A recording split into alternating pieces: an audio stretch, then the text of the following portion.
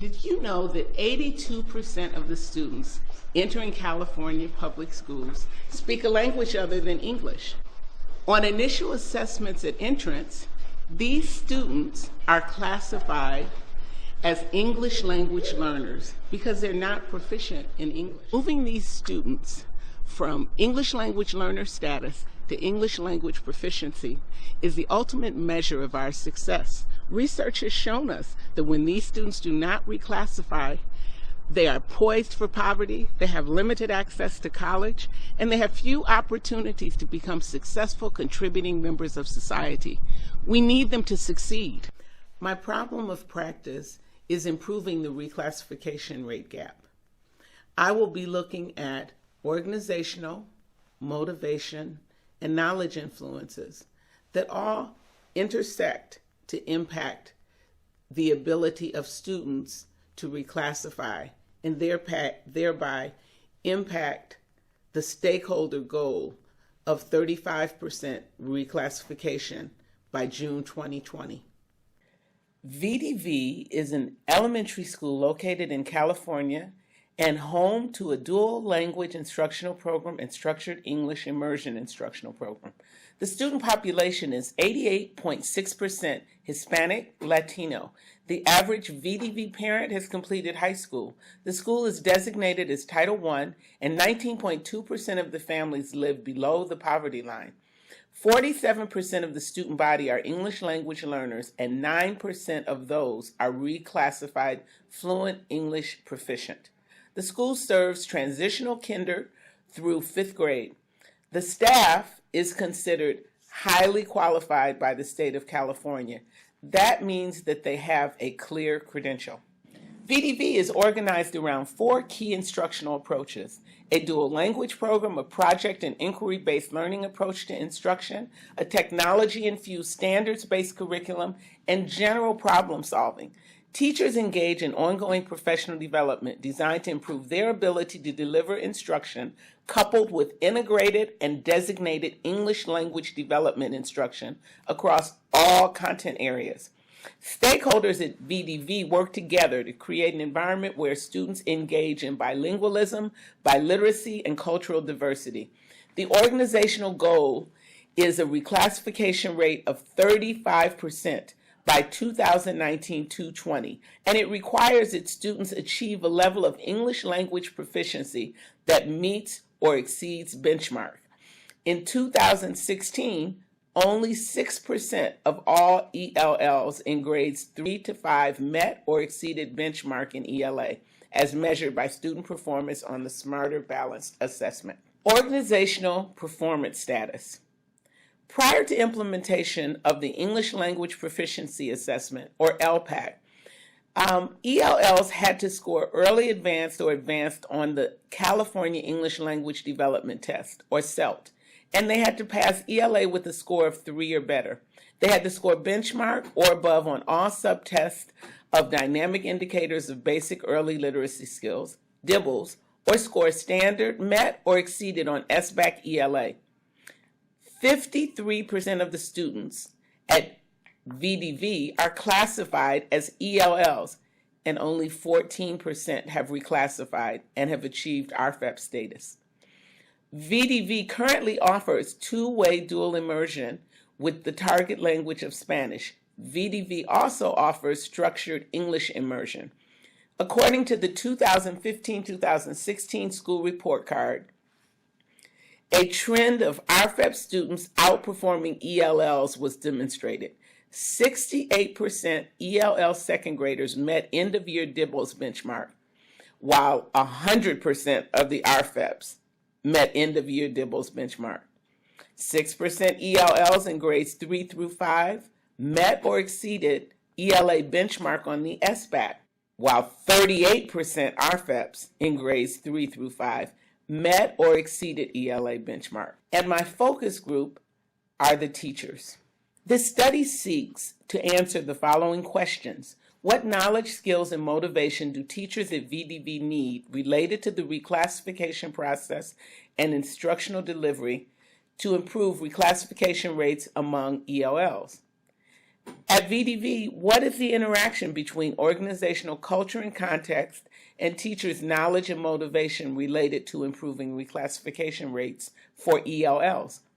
What are the recommendations for organizational practice at VDV in the areas of knowledge, motivation, and organizational resources that will enable the teachers to significantly improve reclassification rates for ELLs?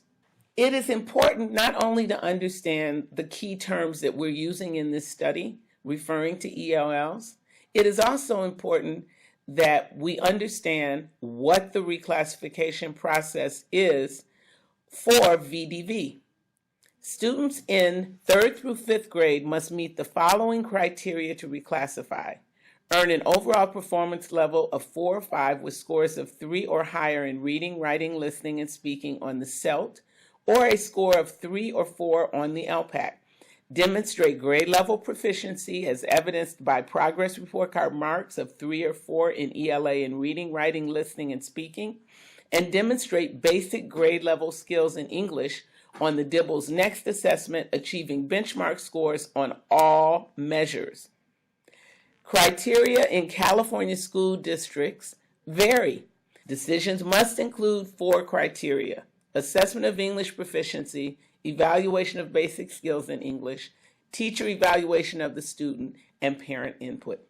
The large blue circle represents the organization in its entirety and surrounds the stakeholder group. It includes the cultural model influences and cultural setting influences that have been shown in the literature to influence the ability of the stakeholder to reach the goal of improving reclassification rates among ELLs. The smaller circle within the large circle represents the teachers of ELLs and the knowledge and motivation needed to reach the goal of improving reclassification rates among ELLs through high-quality instructional delivery. I will be using purposeful sampling to identify participants that can provide information that is particularly relevant to the questions and goals of the study.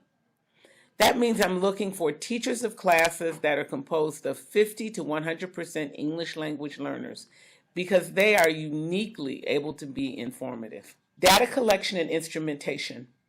I will be collecting data via interview method using a semi-structured in-person approach. I'll be using open-ended questions to uncover an interviewee's factual knowledge and conceptual understanding of information pertaining to the research topic.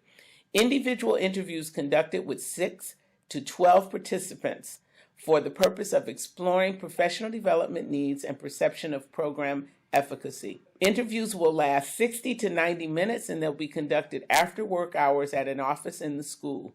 A tape recorder will be used to audio record the interviews and notes will be taken throughout the interview.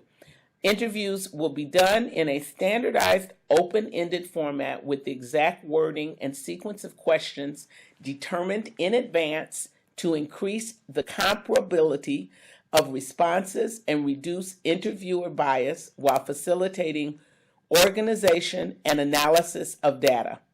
Interview questions were developed through pilot testing with teachers at a school with comparable demographics and instructional programs. Interviews will be professionally transcribed and closely analyzed inductively and deductively to identify patterns, categories, and themes. Emergent insights will be identified and recorded during all data collection.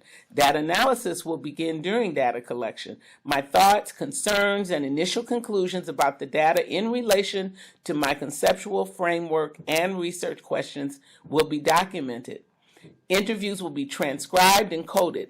The first phase of analysis, open coding, looking for empirical codes and applying a priori codes from this conceptual framework. Phase 2 of the analysis, empirical and a priori codes are aggregated into analytic axio codes. Phase 3 of the data analysis, I will identify pattern codes and themes that emerge in relation to the conceptual framework and study questions. Phase 4, I will analyze documents and artifacts for evidence consistent with the concepts in the conceptual framework. That means that I will be looking for data that is readily available on the school and district websites, and I will also be reviewing professional development agendas and other data provided by the school. Member checking and peer review to ensure accuracy and reliability of the transcriptions from the interviews will take place. Data will be used to ascertain weaknesses and strengths in current instructional practices. It will also be used to make recommendations for further research and implementation to address the reclassification gap. When ELLs do not reclassify prior to becoming secondary students, they become LTELs, who tend to have deficits so severe that they may never achieve their full academic potential. And this impacts their ability to be contributing members to society. It will impact us all if we do not address this gap. Our goal should be 100% reclassification so that these students can take their rightful place in their communities and be contributing members of society.